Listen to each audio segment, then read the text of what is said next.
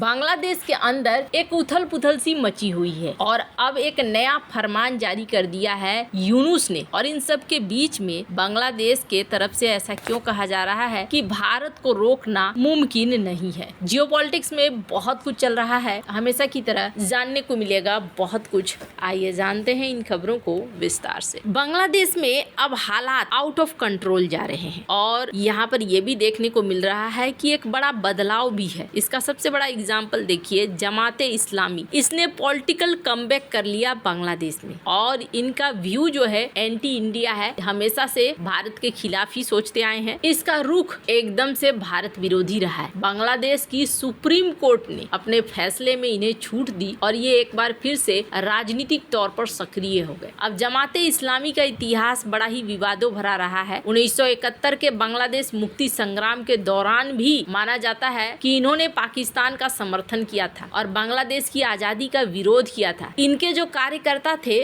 उन्हें रजाकार के नाम से जाना जाता था। वैसे माना जाता है कि ये पाकिस्तानी सेना के साथ मिलकर कई युद्ध अपराधों में कथित तौर पर शामिल भी रहे। पर अब सीन बदल गया है। साल 2013 में शेख हसीना की सरकार ने जमाते इस्लामी पर प्रतिबंध लगा दिया था क्योंकि इसकी विचारधारा को देश के धर्मनिरपेक्ष संविधान के खिलाफ माना गया था। इस प्रतिबंध का कारण ये भी था कि पार्टी ने 1971 के युद्ध अपराधों में अपनी भूमिका के लिए कोई पश्चाताप नहीं दिखलाया था। लेकिन अब जब यूनुस आ गए हैं तो यूनुस ने इनके ऊपर से प्रतिबंध हटा दिया। सुप्रीम कोर्ट ने 1 जून 2025 को इसका रजिस्ट्रेशन भी बहाल कर दिया। यानी इसका मतलब है अगर आने वाला चुनाव होता है, चाहे वो 2026 में हो या फिर 2025 के दिसंबर में हो, उस चुनाव में ये भी हिस्सा लेगा। और इसका मतलब है भारत को यहाँ अलर्ट हो जाना चाहिए। सीमा पार आतंकवाद, हिंदू अल्पसंख्यकों पर निशाने, पाकिस्तान के साथ निकटता, ये इनका सबसे बड़ा स्वभाव है। तो यहाँ पर एक एंगल तो देखने को मिल रहा है। दूसरा,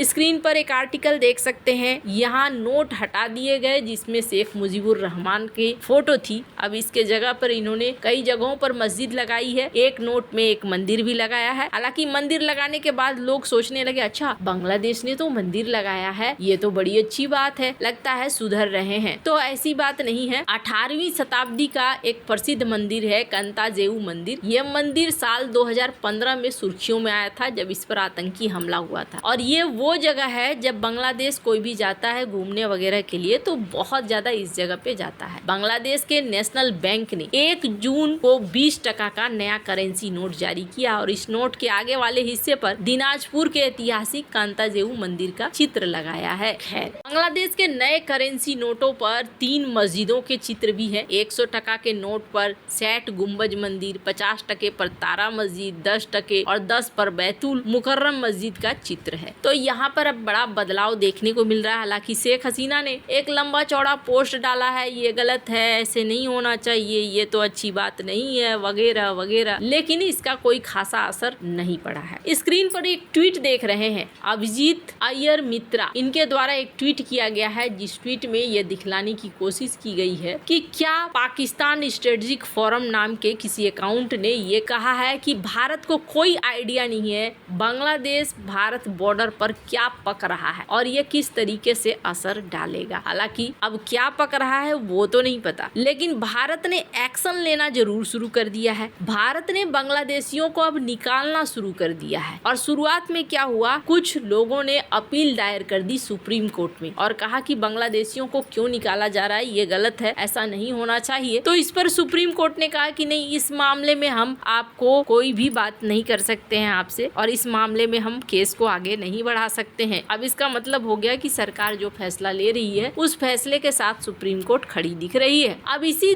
बीच में बांग्लादेश की मोहम्मद यूनुस सरकार, उन्हें टेंशन होनी शुरू हो गई कि भारत अवैध प्रवासियों को क्यों भेज रहा है। बांग्लादेश सरकार के विदेशी सलाहकार हैं मोहम्मद तौहीद हुसैन, उन्होंने आरोप लगाया। उन्होंने कहा कि भारत पुशिन कर रहा है। पुशिन का मतलब क्या होता है? पुशिन का मतलब होता है कि भारत से जबरन लोगों को भेजा जा रहा है बांग्लादेश। और भारत के खिलाफ अक्सर जहर उगलने वाले हुसैन ये कह रहे हैं कि हम राजनयिक स्तर पर इसे हल करने की कोशिश कर रहे हैं। उन्होंने कहा कि हम एक राजनयिक नोट भी भेजेंगे ताकि ये सुनिश्चित किया जा सके कि जो भी प्रक्रिया है वो नियमित रूप से हो, जो नियम है उस नियम के तहत हो। अब आपको बता दूं, जिस नियम की ये बात कर रहे हैं, नियम के तहत कैसे होगा। पहली पहली बात ये, पहले क्या होता था, भारत अगर कोई लिस्ट दे भी देता था, बांग्लादेश की तरफ से पुष्टि होने में ही काफी लंबा समय लग जाता था। अब तौहीद हुसैन ने कहा है कि भारत से लोगों को भेजे जाने के मामले में हमने उनसे प्रक्रिया का पालन करने के लिए कहा है। हमने उनकी ओर से मिली सूची को सत्यापित किया है। हमने उन लोगों को वापस ले लिया है जिनकी हमने बांग्लादेशी नागरिक के रूप में पुष्टि करी है। लेकिन हमने भारत सरकार को खत लिखा है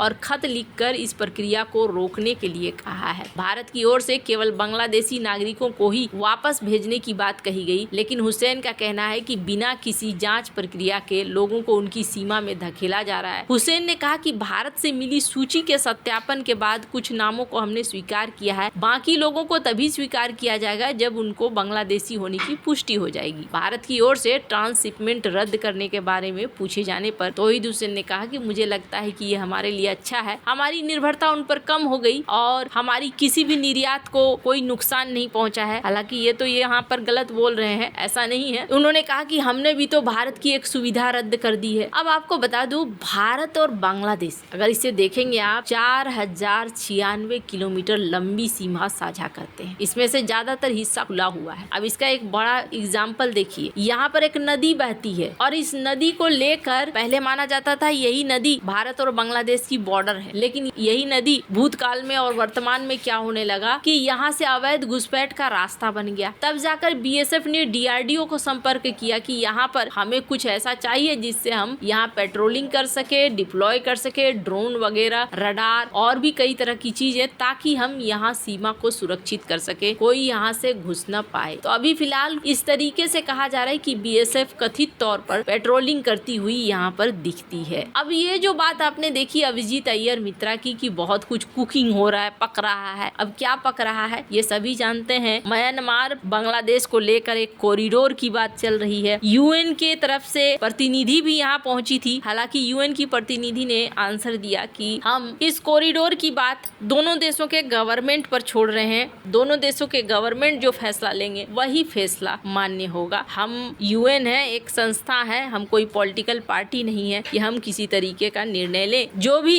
ये डिसीजन करेंगे वही डिसीजन मान्य होगा। तो इस कॉरिडोर को लेकर तो अभी असमंजस वाली स्थिति पैदा हुई है, लेकिन पाकिस्तान जिस तरीके से कर रहा है ऐसे में लगता है कि हो सकता है इस तरफ बॉर्डर पर कुछ पक रहा हो और समय आने पर वो जरूर दिखेगा। लेकिन बांग्लादेश के जो विदेश मंत्री हैं या विदेश सलाहकार जिन्हें कहिए, इन्होंने क्या कहा है? इन्होंने कहा है कि हम जानते हैं कि हम भारत को रोक नहीं सकते हैं, भारत को रोकना मुमकिन नहीं है। यानी भारत के ताकत को ये समझ रहे हैं। हालांकि इन्होंने ये इस संदर्भ में कहा कि बांग्लादेशी नागरिकों को भेजा जा रहा है, फिर भी उन्होंने कहा कि हम बात करेंगे और बात करके कोशिश करेंगे कि मामला हल हो जाए। वैसे आपको क्या लगता है, इन सब मामले में आपकी क्या राय है? कमेंट कर जरूर बताएं। जल्द मिलते हैं अगले वीडियो में नई खबर के साथ।